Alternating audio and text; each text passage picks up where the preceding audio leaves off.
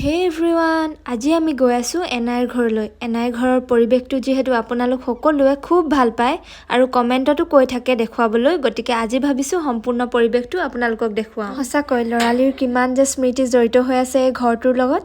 Gate খুলি প্ৰথম সোমায়েই সোঁফালে গ'লে আপোনালোকে দেখিবলৈ পাব গৰু বন্ধা এটা গোহালি আৰু তাৰ কাষতেই আছে খেৰ থোৱা ঘৰটো। তাৰ পৰা অলপ আগতেই আছে মোৰ দদৌৰ সমাধি, মানে ককাৰ কথা কৈছোঁ।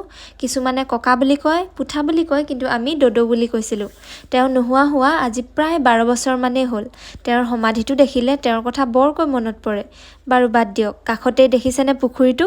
ইয়াৰ পাৰত শাৰী শাৰীকৈ ৰোৱা আছে নাৰিকলৰ গছবোৰ। পাৰত বহি যে ইমান ভাল লাগে। পুখুৰীত কিন্তু ডাঙৰ ডাঙৰ বহুত মাছ আছে। পুখুৰীত পেলাই থোৱা আছে এখন জাল। জাল দেখিলে আৰু মই ৰ'ব পাৰোঁনে? আচলতে মাছ ধৰাটো মোৰ খুব এটা নিচা আছে। খাই ভাল নাপালেও ধৰি কিন্তু মই বহুত ভাল পাওঁ। জালত দেখিছেনে ইমান ধুনীয়া ধুনীয়া মাছ কেইটামান আহিলে?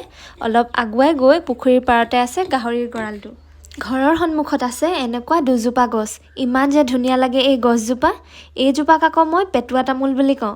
একচুৱেল নামটো ময়ো নাজানো, আপোনালোকে জানে যদি ক'বচোন দেই।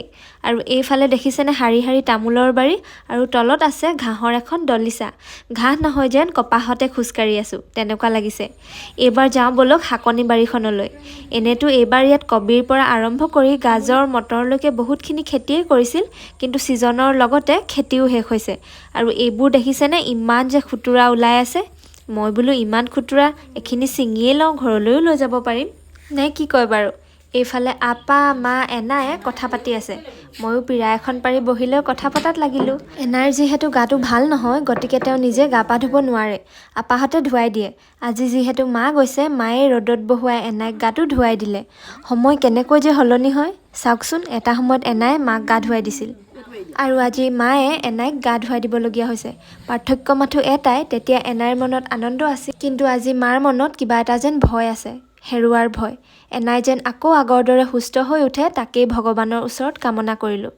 গা পা ধুৱাই ধুনীয়াকৈ চুলিকেইডালো বেনি এডাল গাঁঠি দিলে।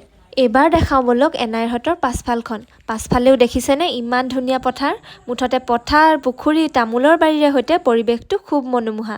এইবাৰ নিচাৰ ল'ৰাটোৱে আমালৈ বনাই আনিলে মেগী। পুখুৰীৰ পাৰতে বহি আমি মেগী খাই ল'লোঁ। সি আৰু মই একে বয়সৰে, সৰুতে একেলগেই খেলিছিলোঁ।